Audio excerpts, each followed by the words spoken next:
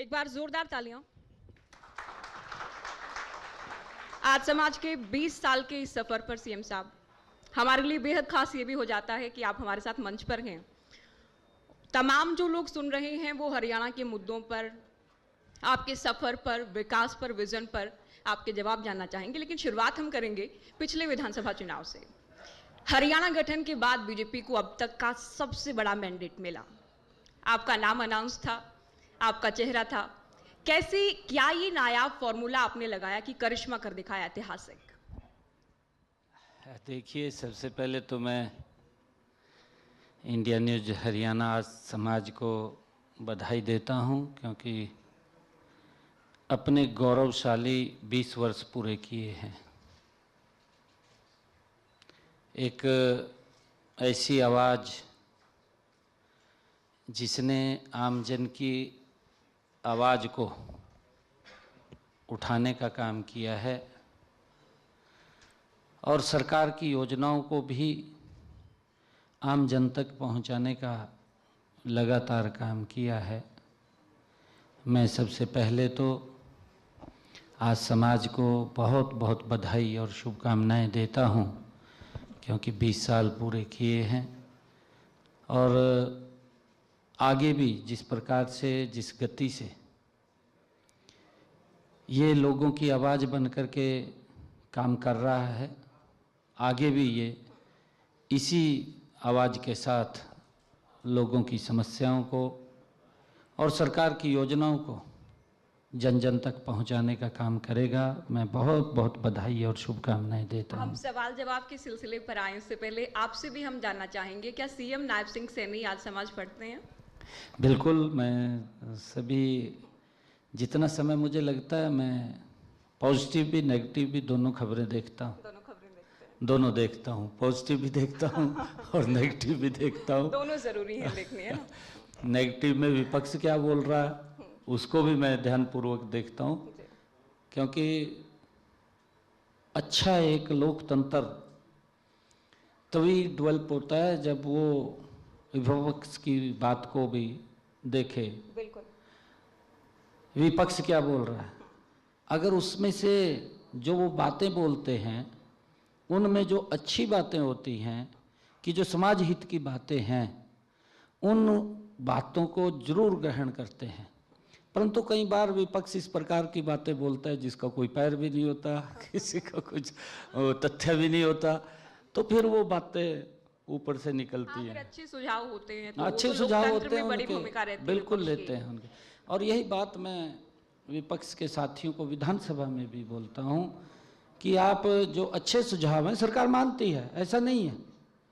जो अच्छे सुझाव होते हैं उनको कौन नहीं मानता, मानता है उनको, क्योंकि वो जनता के हित की बात है। वो अगर हमारे ध्यान में कोई विषय नहीं है, विपक्ष के ध्यान में कोई विषय आया है, तो उस बात को जरूर ग्रहण करना चाहिए। ऐसा नहीं है कि उससे भागना चाहिए कि विपक्ष ने बोला है, हम उसको ग्रहण करते हैं। परंतु जब विपक्ष इस प्रकार की बातें भी करता है कि उसका कोई तथ्य नहीं होता, बिना तथ्यों के बात करते हैं।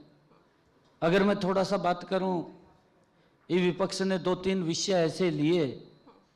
एक ले लिया कि मोदी जी अगर तीसरी बार प्रधानमंत्री बन गए तो संविधान को खतरा हो जाएगा। भाई कहाँ खतरा हो गया? प्रधानमंत्री जी तो संविधान के अनुरूप देश को चला रहे हैं, परंतु खतरा किसी और को नहीं है।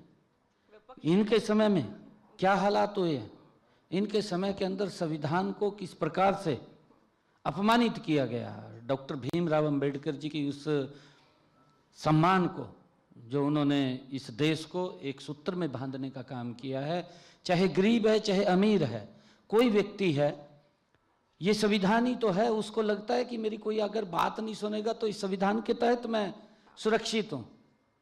परंतु मोदी जी इस संविधान के अनुरूप इस देश को चला रहे हैं, परंतु विपक्ष इस प्रकार की बात करता है। फिर वोट चोरी का ले आए।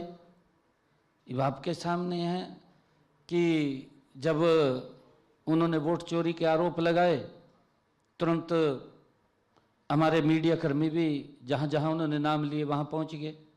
इंडिया न्यूज हरियाणा भी गया, गए हैं, मैं तो कह रहा हूं, आप इंडिया न्यूज हरियाणा वहां गया और उन्होंने जाके घरों में जाकर के पूछा, घरों में जा कर के वहाँ कितने लोग रह रहे हैं उन्होंने कहा है, हमने तो स्क्रीन के ऊपर ही देखा है इंडिया न्यूज की, कि उन्होंने लोगों ने कहा कि हम तो 4 लोग यहाँ रहते हैं, हमारी तो वोट ये बनी, हम तो वोट पोल करके आए हैं, परंतु जो आरोप लगे गए कि यहाँ 200 वोट बन गए, यहाँ 250 बन गए, 300 बन गए और वो फर्जी वोट बन गए, इस प्रकार की बातें कही गई, परंतु धरातल पे कुछ भी नहीं है, हवा में बातें, ये सिर से ऊपर निकलती हैं बातें। इस प्रकार का अगर विपक्ष झूठ बोलता है तो उसका कोई तथ्य नहीं होता। तथ्य होता है कि वो अच्छी बात करे जिसमें से कुछ पब्लिक के हित में बात हो और उसको ग्रहण करके उसको लागू कर सके। सरकार का दायित्व है, हम इस बात को लेकर के करते हैं। अभी विधानसभा के अंदर आपके सामने जो जो विषय लेकर के आए, अविश्वास प्रस्ताव ले आए। भाई अविश्वास प्रस्ताव लेकर के आए, जब आप कोई विषय लेकर के आए हैं उसको ध्यानपूर्वक सुनना चाहिए। बिना नंबर्स के, हमने हुड्डा साहब से भी पूछा कि बिना नंबर्स के लेकर आए अविश्वास प्रस्ताव, वोटिंग से पहले वर्कआउट नहीं, कर चलिए गए, आपने भी कहा।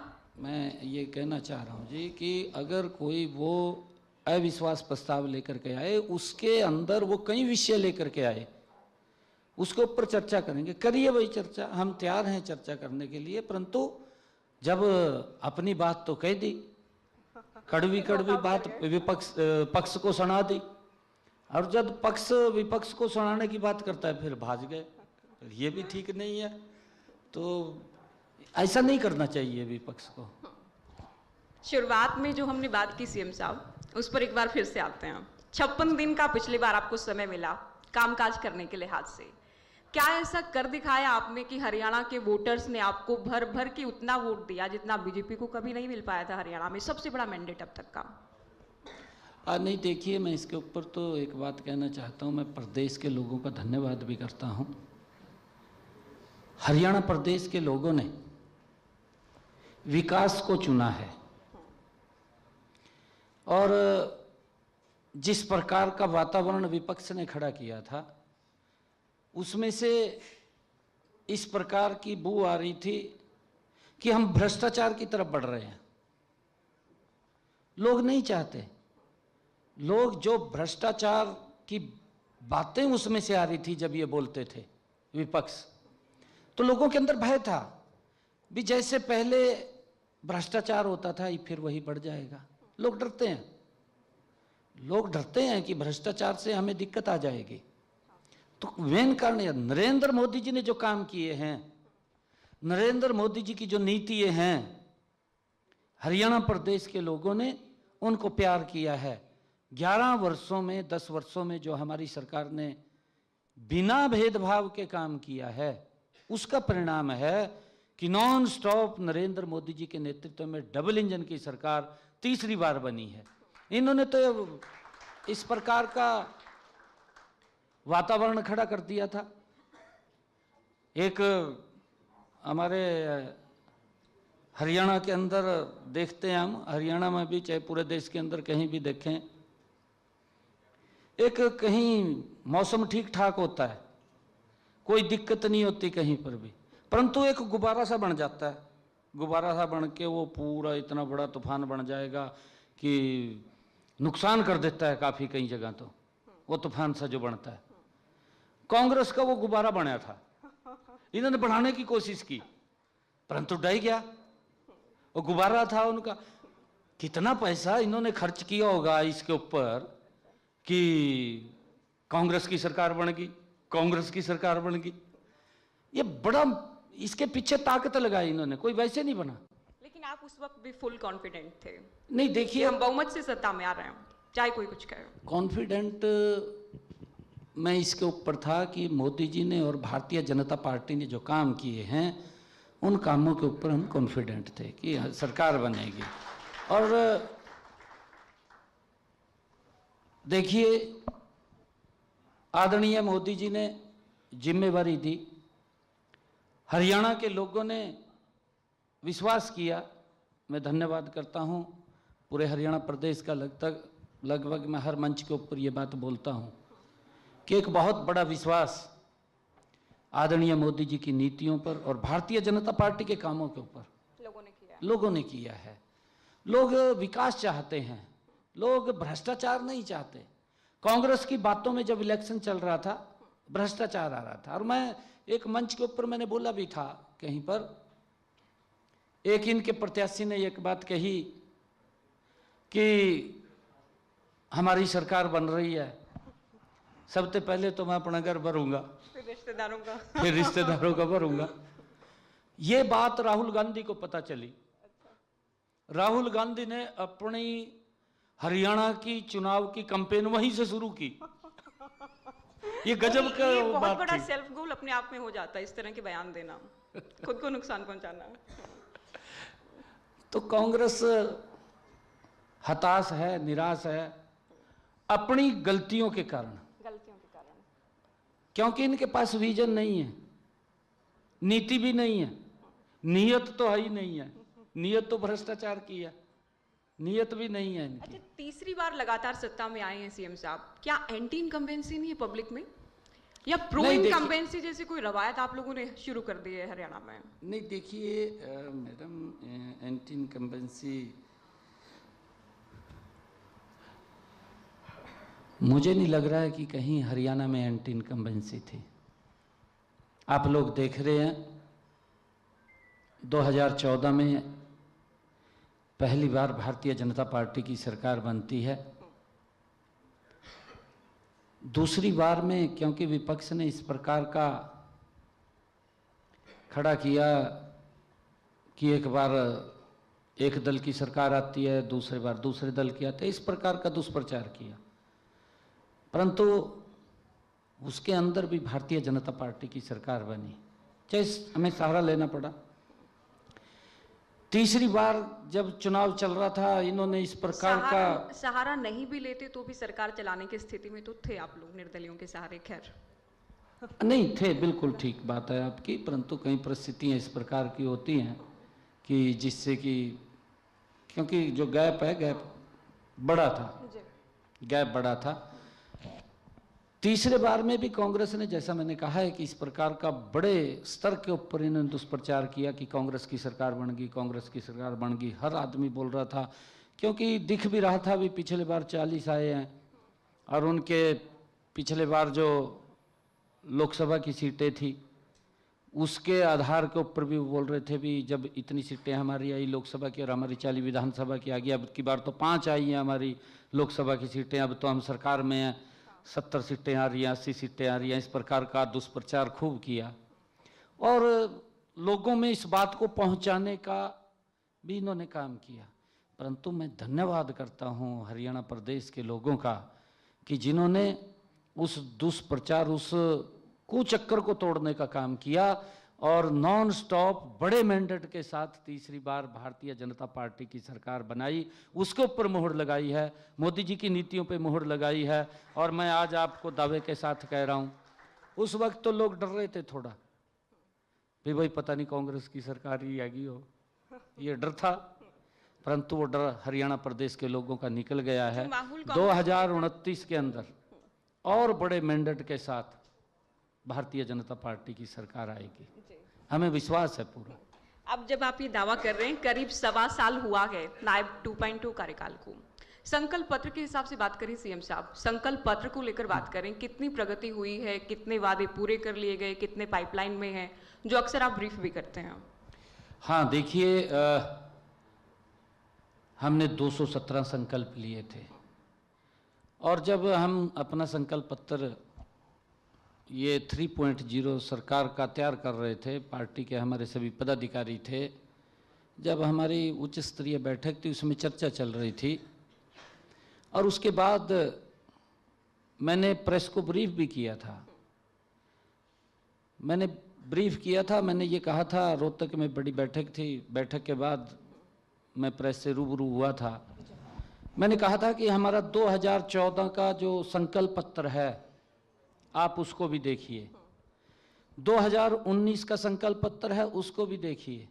हमारे 2014 का 2019 का पूरा संकल्प हमने कंप्लीट किया है। कांग्रेस का जो घोषणा पत्र था, कांग्रेस के घोषणा पत्र को भी मखा देखिए, 2004 का उनका घोषणा पत्र, आज उनका याद भी नहीं होगा कांग्रेस के भी हमारा घोषणा पत्र क्या था, चलो कहीं किताब पढ़ी होगी इधर उधर तठाए का, वो उसमें पढ़ का बता दें, अलग बात है, परंतु याद नहीं है, याद रहता भी नहीं इनके। कांग्रेस के घोषणा पत्र याद नहीं रहता। आपने तुलना की दोनों ही संकल्प पत्र की, आप कांग्रेस के संकल्प पत्र की तुलना कर रहे थे बीजेपी वालों से, तो उस पर लगातार काम हो रहा है, ये आपका दावा है और उसको हाँ, लेकर मैं वही बता रहा था कि हमने 217 संकल्प लिए, 53 संकल्प हमने पूरे कर दिए, 153 के ऊपर काम चल रहा है, इस गति से काम चल रहा है। उसमें महत्वपूर्ण संकल्प हैं। हमने सबसे पहला ये कहा था कि हम हरियाणा प्रदेश के अंदर जो किडनी का पेशेंट है उसको हम हरियाणा प्रदेश के सरकारी हॉस्पिटल मेडिकल कॉलेज के अंदर मुफ्त में हो रहा है। तुरंत पहले ही साइन के ऊपर मेरे फाइल पे साइन हुए, तो इसी के ऊपर हुए कि हमने उसको मुफ्त किया है। आज हरियाणा में किसी भी व्यक्ति का सरकारी हॉस्पिटल मेडिकल कॉलेज में अगर डायलिसिस कराता है तो उसका कोई पैसा नहीं लगता, नहीं तो एक डायलिसिस का एक व्यक्ति का 25 से 30 हजार रुपये एक डायलिसिस का खर्चा आता है। और अगर कई व्यक्तियों को 2 डायलिसिस या 3 डायलिसिस कराने पड़ते थे, लाखों रुपए उसका खर्चा हर महीने का होता था, और इस बीमारी के कारण गरीबी रेखा के नीचे चला जाता था। वो कई बार तो पैसे के अभाव में इलाज नहीं करा पाता था, परंतु हमारी सरकार ने ऐसे लोगों को कि वो गरीबी रेखा के नीचे न जाए, उनको दिक्कत ना हो, इस डायलिसिस को मुफ्त करने का निर्णय हमारी सरकार ने लिया है और इसका लाभ हरियाणा प्रदेश के लोगों को मिल रहा है। दूसरा संकल्प हमने ये लिया था कि हम, जब मैं रिजल्ट निकाल रहा था, मेरे पास बहुत कम समय था, क्योंकि 12 मार्च को जब मुझे जिम्मेवारी मिली, 12 मार्च के बाद लोकसभा का आचार संहिता लगी, आचार संहिता उसकी हटी, तो मेरे पास एक 100 दिन का समय था विधानसभा की आचार संहिता लगने में। तो मैंने पूरा एक SOP तैयार किया, मैंने हर रोज क्या क्या काम करने हैं वो लिखे मैंने, और लिख करके हर रोज मैंने अधिकारियों को कहा कि अभी तो मैं कोई घोषणा नहीं कर सकता, मैं कुछ कर सकता हूँ, आप इसकी तैयारी कर लीजिए। 6 तारीख को आचार संहिता हटेगी, 7 तारीख से मैंने लगातार हर रोज 2-3 पब्लिक के बीच में जाके कार्यक्रम करने हैं, और मैंने किए, हर रोज किया। लोगों ने उसको सराहा भी है, उस पर विश्वास किया है, और वही कारण है कि तीसरी बार बड़े मैंडेट के साथ लोगों ने भारतीय जनता पार्टी को चुना है। और मेरे पास युवा आए, क्योंकि कांग्रेस के लोग, एक इनका बहुत बड़ा कांग्रेस का पदाधिकारी चीफ इलेक्शन कमीशन के पास पेश हुए, जाकर के कुछ हरियाणा के थे, कि हरियाणा सरकार रिजल्ट निकाल रही है, आचार संहिता लग गई है, पहले लग गई थी 56 दिन में ही लग गई थी, कि रोका जाए भी वो रिजल्ट ना निकाले। चीफ इलेक्शन कमीशन ने हमें एक ईमेल भेजा, मेरे पास ईमेल आ गया, तो कहने लगे कि रिजल्ट नहीं निकलेगा। मैंने कहा नहीं निकालेंगे। जब ये चर्चा चल रही थी, कांग्रेस के द्वारा भी हमने 2 लाख नौकरी देने का वायदा किया है, मेरे हिस्से में इतनी आती हैं, ये बात बोलते थे कि मेरे हिस्से में इतनी आती हैं। कोई बोलता था मुझे 50 वोट दें 1 नौकरी दूंगा, इस प्रकार की बातें थी। कुछ बोलते थे कि जितनी हमारे हिस्से में आएंगी उतनी देंगे। ये इस प्रकार का जब लोग, युवाओं के अंदर ये बात गई कि ये तो भाई हमें नौकरी नहीं मिलेगी, ये तो फिर उसी डर्रे पे चले गए हैं कि भ्रष्टाचार होगा, तो युवा मेरे पास इकट्ठा होकर के आया और कहने लगा कि मुख्यमंत्री जी, हम 2-2.5 हजार युवा था जब मेरे को मिलने आया, मेरे को कहने लगा कि आप रिजल्ट निकाल दें, नहीं तो कहा ऐसा हवा चल रही है कि कांग्रेस की सरकार बनेगी। मैंने कहा मैं तो रिजल्ट नहीं निकाल सकता, मैंने उनको मना कर दिया, रिजल्ट नहीं निकाल सकता। मैं कहा चुनाव आयोग ने मुझे कहा है कि आप रिजल्ट नहीं निकालेंगे, परंतु हाँ एक वायदा आपसे करता हूं मैं, 8 तारीख को मैं रिजल्ट आएगा, 8 तारीख के बाद शब्द मैं बाद में लूंगा, पहले आपको ज्वाइनिंग लेटर दूंगा। और ये हरियाणा के इतिहास में पहली बार हुआ है कि 24,000 युवाओं को पहले ज्वाइनिंग लेटर दिया गया, बाद में शपथ लिया। एक बड़ा विश्वास हरियाणा के लोगों का, हरियाणा के युवाओं के माँ बाप का इस सरकार के ऊपर बना है कि ये सरकार, अगर ये रिजल्ट कहीं इस चुनाव से पहले आ जाए तो परिणाम कुछ और आते। परंतु आने वाले समय के अंदर मैं उसी विश्वास के साथ कह रहा हूँ कि हमारी सरकार ट्रांसपेरेंसी आधार पर काम कर रही है।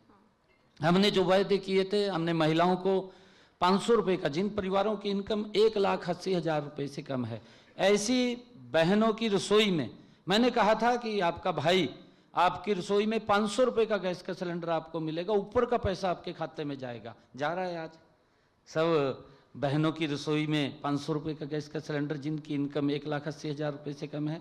एक बड़ी योजना जो लाडो लक्ष्मी योजना, मैं कांग्रेस के लोगों को भी कहता हूँ, पहला ही सेशन हमारा, पहले सेशन के अंदर कांग्रेस के लोग खड़े हो गए, कहा जी लाडो लक्ष्मी योजना कब करेंगे। मैं कहा भाई अभी तो सरकार बैठी भी नहीं है अभी तो विधानसभा में आया, आप ये लेकर के आगे कि लाडो लक्ष्मी कब देंगे। परंतु हमने पहला ही जो हमारा बजट सत्र था, उस बजट सत्र के अंदर पहले में 5,000 करोड़ रुपए का प्रावधान हमने लाडो लक्ष्मी योजना के लिए किया कि बहनों को हम जो हमने कहा है उसको देंगे। आज मुझे खुशी है कि हम उसको चालू कर दिया है। 3 किस्तें चली गई, लगभग 471 करोड़ रुपया हमने बहनों के पास पहुंचाने का काम कर भी दिया है। और लगातार जो बहनें रजिस्ट्रेशन कर रही हैं और हर महीने जब वो जुड़ती हैं तो उनको वेरीफाई करके उन तक भी पहुंचाने का काम हम कर रहे हैं। ये बहुत सारे ऐसे वायदे जो लगातार हमने किए हैं। हमने गांव के अंदर जो पंचायत भूमि थी, पंचायत भूमि के ऊपर जो लंबे समय से अपना मकान बना रखा था, उनके ऊपर भी एक कानूनी तलवार लटकती रहती थी कि कोई व्यक्ति शिकायत कर देता था, मकान कोर्ट आदेश कर देता था कि मकान को गिरा दो। हमारे सामने भी बड़ी मजबूरी आती थी, तो हमने निर्णय किया कैबिनेट के अंदर कि इसके ऊपर एक एक्ट बनाया जाए। हमने संकल्प पत्र में कहा था, हमने पहले ही उसके अंदर एक एक्ट बना दिया। कैबिनेट की बैठक के अंदर ये निर्णय कर लिया कि जो 20 साल से अधिक पंचायत भूमि के ऊपर जिसका मकान बना हुआ है, ऐसे लोगों को मालिकाना हक देने का काम हमारी सरकार करेगी। और हम उसको कैबिनेट में पास किया, फिर विधानसभा में लेकर गए, एक्ट बना दिया। आज उनको एक बड़ी राहत देने का काम हमारी सरकार ने किया, क्योंकि हमने संकल्प पत्र में कहा था। हमने अपने संकल्प पत्र के अंदर यह भी कहा था कि हम अपने किसान की सारी फसल 24 की 24 फसलें एमएसपी पर खरीदेंगे। आज उसका नोटिफिकेशन हो गया, सारी फसलें हम एमएसपी पर खरीद रहे हैं। मैं कांग्रेस के लोगों को भी बोलता हूँ, मगर वही हिमाचल में भी जाया हो, घूम के आना चाहिए, कर्नाटक में भी जाना चाहिए, तेलंगाना में भी जाना चाहिए।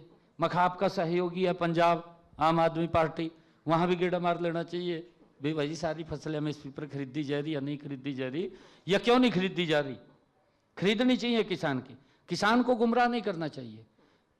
गुमराह करने में कोई ज़्यादा समय भी नहीं लगता, दिक्कत भी नहीं लगता। अफवाह फैलानी होती है, क्योंकि झूठ ज़्यादा फैल जाता है और जब तक सच्चाई आती है तब तक नुकसान हो जाता है काफ़ी। ये इस प्रकार के लोग हैं कि नुकसान करने में भी पीछे नहीं है। हमने लगभग हरियाणा के अंदर 217 में से जो मैंने कहा है कि 53 संकल्पों को हमने पूरा किया है और लगभग 153 के करीब काम चल रहा है, जिसको इस साल में हम पूरा कर लेंगे। तो हरियाणा के लोगों ने सुना, विस्तार से सीएम साहब ने बताया है किसानों के लिए, गरीबों के लिए, महिलाओं के लिए, युवाओं के लिए क्या क्या किया गया।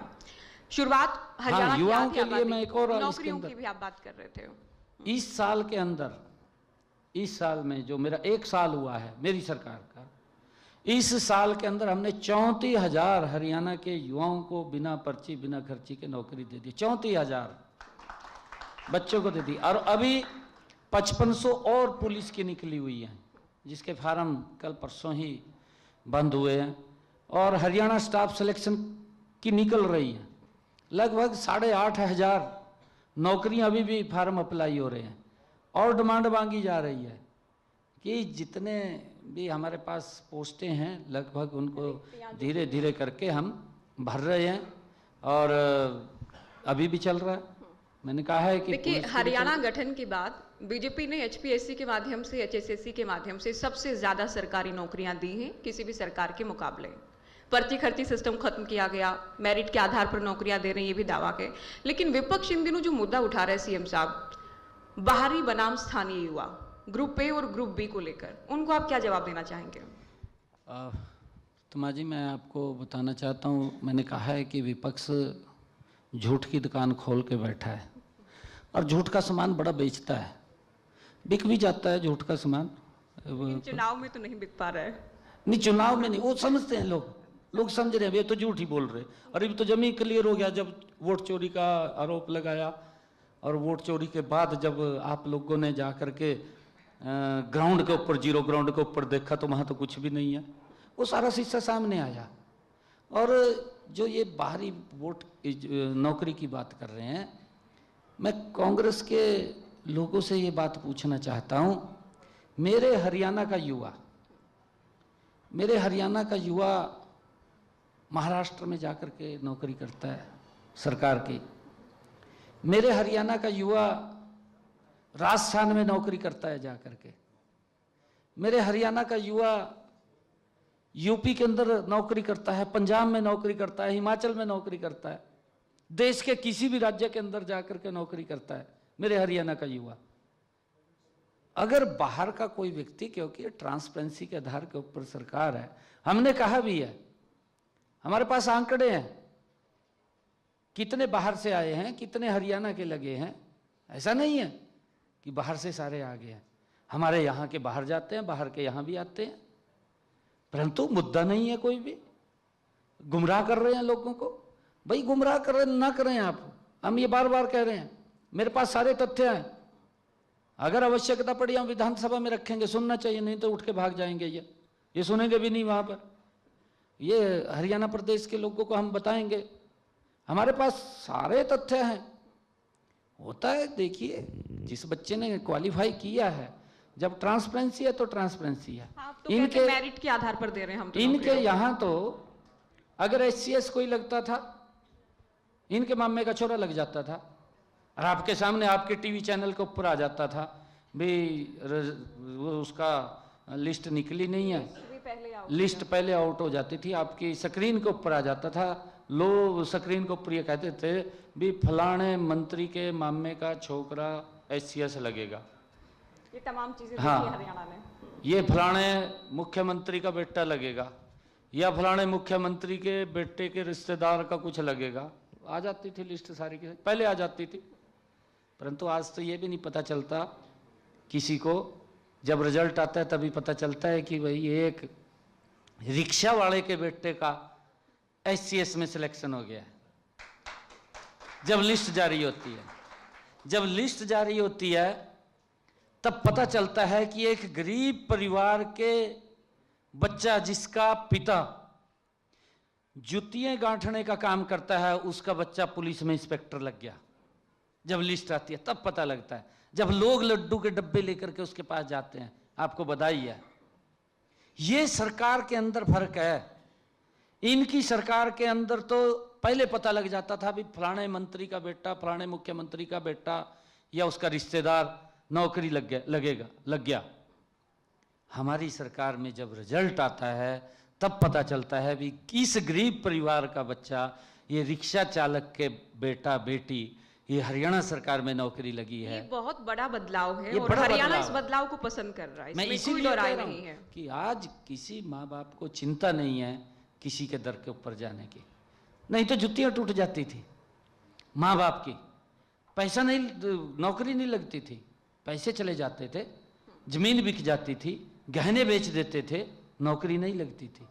ये ऐसी हालात थी। दलाल खा जाते थे, बीच में कई दलाल होते थे, खा जाते थे पैसा, और वो कराते रहते थे, पैसा भी नहीं मिलता था, उनकी बात नहीं सुनता था कोई। परंतु आज किसी माँ बाप को चिंता नहीं है कि उसके बेटे के लिए उसको कोई 5 पैसे देने की आवश्यकता है। आज बिना पर्ची बिना खर्ची के गरीब परिवार का बच्चा भी हरियाणा सरकार की नौकरी लग रहा है। मुझे खुशी है, आज हरियाणा के अंदर हमने 2 लाख के करीब बिना पर्ची बिना खर्ची के नौकरी देने का काम हमारी सरकार ने किया है। ये नरेंद्र मोदी जी के नेतृत्व में संभव हो सकता है, नहीं तो किसी और, क्या कांग्रेस की सरकार में संभव हो सकता है? हाँ। कांग्रेस की सरकार में तो ऐसी हालात है कि एक कौली में दूध पा के रख दिया और बिल्ली छोड़ दी, ये हाल है।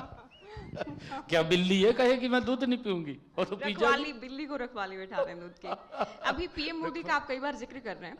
अमेरिका के साथ जो ट्रेड डील हुई है 50% से सीधे 18% हो गया आखिर टैरिफ। आपने भी बधाई दी है, तारीफ भी की है, कैसे आप देख रहे हैं इस उपलब्धि को? नहीं देखिए, आदरणीय मोदी जी के नेतृत्व में भारत गति से आगे बढ़ रहा है। जो आदरणीय मोदी जी का संकल्प है विकसित भारत का, उस विकसित भारत के ऊपर मोदी जी के नेतृत्व में गति से आगे बढ़ रहे हैं। देखिए, इस प्रकार का वातावरण खड़ा करने की कोशिश की गई कि मोदी जी तो दबाव में आए हैं। अरे मोदी दबाव में आता तो फिर उसको 50% करने की क्या जरूरत थी? देखिए, हमारे संबंध है, इंटरनेशनल जो संबंध हैं, ये एक व्यापार का मामला है। व्यापार के अंदर जब बातें होती हैं, जो लाभ हमारे देश को होगा, भारत को होगा, मोदी जी उस दिशा में चलेंगे। ये नहीं है, हमारे संबंध अलग है। अमेरिका के साथ कोई संबंध गलत थोड़ी है। ये तो ये सोचते हैं कि उसके साथ लड़ाई शुरू कर दो विपक्ष वाले लोग। और किस प्रकार से राहुल गांधी जा करके यहाँ तो नहीं बोलता, यहाँ तो इसलिए ही नहीं बोलता कि यहाँ के लोग कभी पकड़ न लें उसको भी, तो क्या बोल दिया, वहां जाके बोलता है भी बस तो जाऊंगा मैं। देश की अगर बुराई करता है तो विदेश में जाकर के करता है। ये देश के हित की बात कहां कर रहे हैं? एक बार नहीं किया, चलो गलती हो जाती है एक बार, टारगेटेड तरीके से किया है, स्पेशल जाकर के किया है, पत्रकारों को बीच में जाकर के कही है, टारगेटेड तरीके से एक नैरेटिव बनाने का प्रयास तो किया गया, पूरा प्रयास विश्व किया पैनल है। पर। यूनियन बजट भी हाल में आया है, आपने कहा कि कभी जो नहीं मिला हरियाणा को उतना मिला है। उधर विरोधी ये कह रहे हैं हरियाणा का जिक्र नहीं है यूनियन बजट में। मैंने शायद अपने प्रेस कॉन्फ्रेंस के अंदर एक बात कही थी तिमा जी, मैंने एक बात कही थी कि कांग्रेस अपना पिछला कार्यकाल देखे, क्योंकि उनकी सरकार केंद्र में भी रही है। हरियाणा के लिए इन्होंने इस प्रकार का एक शगुफा बनाने का तैयार किया, एक ऐसा माहौल बनाने की कोशिश की कि बजट में तो कुछ भी नहीं आया हरियाणा के लिए। मैंने पूरा डिटेल के अंदर बताया भी इस हेड के अंदर कितना आया, इस हेड के अंदर कितना आया, इतना लाभ हरियाणा को यहाँ मिलेगा, यहाँ इतना हरियाणा को लाभ मिलेगा। जीएसटी कलेक्शन के अंदर हरियाणा नंबर 1 के ऊपर चला गया है। ये पिछले 11 वर्षों की नरेंद्र मोदी जी के नेतृत्व की नीतियों का परिणाम है। और जो टैक्स की कलेक्शन है, पहली बार हरियाणा देश के अंदर नंबर 1 के ऊपर है, पहली बार हुआ है। हरियाणा का बजट भी आने वाला है, बतौर वित्त मंत्री आप सुझाव भी ले रहे हैं लोगों से, तो क्या विकसित हरियाणा विजन की झलक उसमें देखी जाएगी? उम्मीद करें लोग। बिल्कुल, देश के अंदर जो आदरणीय प्रधानमंत्री जी का संकल्प है विकसित भारत, विकसित हरियाणा मजबूती से उसके साथ कंधे से कंधा मिला करके गति से आगे बढ़ेगा। और मुझे जो हमारा बजट आएगा, क्योंकि हमने लोगों से, अलग अलग स्टेक होल्डर्स से हमने सुझाव लिए हैं, बड़े महत्वपूर्ण सुझाव दिए हैं। और हमने online AI based chat box के ऊपर भी हमने लोगों को कहा कि आप अपने सुझाव दीजिए। लगभग 9000 के करीब हमारे पास उसके ऊपर भी सुझाव आए हैं, बहुत महत्वपूर्ण सुझाव। पिछले बार जब हमने सुझाव लिए थे लोगों से, हमने उन सुझावों को उसमें शामिल किया। अब जब हम दोबारा इस बजट के लिए लोगों के पास गए और अलग अलग स्टेक होल्डर से हमने बात किया, हमने ये भी बताया कि आपने इतने सुझाव दिए थे, इतने हमने शामिल किए, इतना बजट हमने घोषणा की थी, इतना खर्च कर दिया। ये पब्लिक को बताया, पेश किया गया, हाँ पब्लिक को बताया भी इतना बजट हमने अनाउंसमेंट किया था और उसमें से इतना खर्च कर दिया और 31 मार्च तक ये इतना खर्च हो जाएगा। ये पूरी की पूरी डिटेल बताने का पहली बार हरियाणा के लोगों को ये इन 11 वर्षों के अंदर 7वीं बार चल रहा है। नहीं तो कांग्रेस के समय में तो बजट के अंदर घोषणा हो जाती और उनकी घोषणा उनके घोषणा पत्र में हो जाती थी। जब चुनाव लड़ते थे हर बार बजट में रेवड़ियां देने का वो काम करते थे, परंतु रेवड़ियां बांटने का काम, रेवड़ियां बांटने का वो काम सीएम करते साहब, थे। अभी क्योंकि हम लाडू की बात कर रहे थे, लाडू लक्ष्मी योजना की बात की, हाल ही में आपके करकमलों से ITB फाउंडेशन की नमो शक्ति रथ अभियान जो चला के, जिसमें रिकॉर्ड टेस्टिंग से लेकर निःशुल्क उपचार का काम किया जा रहा है, कैसे आप देख रहे हैं? और आने वाले दिनों में इस तरह के कितने अभियान किस तरह से और चलाए जाने की जरूरत है? क्या विजन आपका? नहीं देखिए, क्योंकि हमने महिलाओं को सशक्तिकरण के अंदर लगातार हमारी सरकार काम कर रही है आदरणीय मोदी जी के नेतृत्व में। अभी हम देखते हैं पिछले दिनों जब चुनाव हुआ था, चुनाव के तुरंत बाद आदरणीय प्रधानमंत्री जी हरियाणा की भूमि के ऊपर आए थे और उन्होंने बीमा सखी योजना यहाँ से चलाई थी। मुझे खुशी है कि आज तक लगभग जब से वो 1 साल हुआ है उसको 56-57 हज़ार इतना कारोबार उन्होंने बीमा सखियों ने किया है। उनको सशक्त और मजबूत करने का काम हमारी सरकार कर रही है, चाहे नमो ड्रोन दीदी के माध्यम से उनको निःशुल्क प्रशिक्षण देना और फिर उनको मुफ्त में जो ड्रोन देना, सेल्फ हेल्प ग्रुप के माध्यम से बहनों को सशक्त किया जा रहा है। मैं तो अभी यहाँ जो स्वदेशी मेला लगा था पंचकुला में, जब मैं उसके अंदर विजिट कर रहा था तो हमारी सेल्फ हेल्प ग्रुप की जो बहनें थी मैं उनसे बात कर रहा था, तो मैं पूछ रहा था कि आपने कितनी सेल किया है। जो मुझे उन्होंने बताया, जो मिनिमम था वो 4 लाख था, जो मैक्सिमम था वो 45 लाख था। इतना बड़ा लाभ बहनों ने अपनी मेहनत से अपने आप को सशक्त करने का काम, ये नरेंद्र मोदी जी की नीतियां हैं कि महिलाओं को सरकार के प्रयासों से ही हो कैसे सशक्त किया जाए, कैसे मजबूत किया जाए। नहीं तो कांग्रेस के समय में था, मैं आपको बताना चाहता हूँ, महिलाओं को तो वोट ले लेते थे। आज तक अगर कांग्रेस ने महिलाओं के लिए कोई योजना नीति बनाई हो तो वो बताएं।